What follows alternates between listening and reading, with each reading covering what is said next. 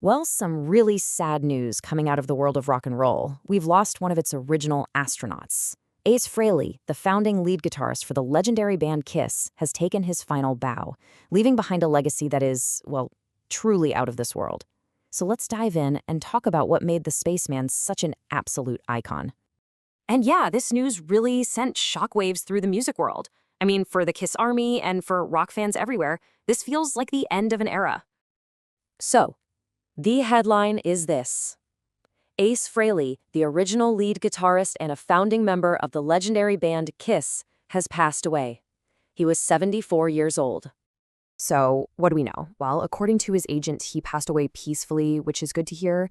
This was in Morristown, New Jersey, and the cause was reported as complications from a recent fall. And, most importantly, he was surrounded by his family when it happened. His family put out a statement, and it just cuts right to the heart of it. They simply said, "We are completely devastated and heartbroken." And that just gives you a powerful glimpse of the private loss happening behind this huge public farewell. But look, to really understand Ace Frehley's impact, you gotta go beyond the man himself and look at the myth he helped create, a character that became famous all over the world. See, he wasn't just a guitarist. No way. He was the Spaceman. This whole persona was like something straight out of a comic book. You had the otherworldly makeup, and of course, that Les Paul guitar that would famously fill up with smoke. That was just as essential to the Kiss experience as any of his power chords. And you gotta remember, he was there from day one. We're talking way back in 1973 in New York. He teams up with Paul Stanley, Simmons, and Peter Criss, and that's it. That's the original lineup. These four guys basically built a rock and roll empire from the ground up. Man, his journey with the band was a total roller coaster. So he co-founds Kiss in '73, right? Then he leaves in 1982 to go solo and do his own thing. But that's not where the story ends.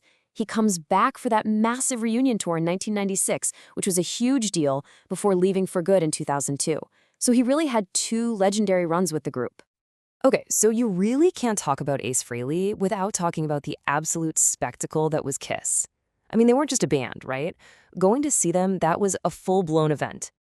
And what an event it was. A Kiss show was an assault on all your senses in the best way possible. You had fireworks, you had smoke machines, yep, like the one in Ace's guitar. You had Gene Simmons spitting fake blood, those insane platform boots, and of course, that unforgettable black and white face paint. It was just pure, unapologetic rock theater. And the music itself? Come on. It became the soundtrack for a whole generation. We're talking anthems like Rock and Roll All Night and Detroit Rock City. Those weren't just songs, they were declarations. They totally cemented the band's place in music history. And all that spectacle, it paid off. Big time. We're talking tens of millions of records sold worldwide. That number alone tells you everything you need to know about their global reach and cultural dominance. Then, in 2014, they got the ultimate seal of approval. The rock and roll establishment officially recognized their massive contribution, inducting Kiss, and that includes Ace Frehley, into the Rock and Roll Hall of Fame. It was a totally well-deserved honor that locked in their legacy for good. So, as the news started to sink in, the tributes began to pour in, and they painted a picture of not just the rock legend, but of the man himself. His family shared something more personal, promising to cherish all of his finest memories, his laughter, and celebrate his strengths and kindness. It's just a beautiful, humanizing tribute. And then from his original bandmate, drummer Peter Criss, came this tribute of powerful simplicity. Just 4 words posted online. "My friend, I love you." And honestly, sometimes that's all that needs to be said. And finally, from Paul Stanley and Gene Simmons, a statement that I think just perfectly captures his professional legacy. They called him an essential and irreplaceable rock soldier, acknowledging that, hey, without him, there just would be no Kiss. Simple as that.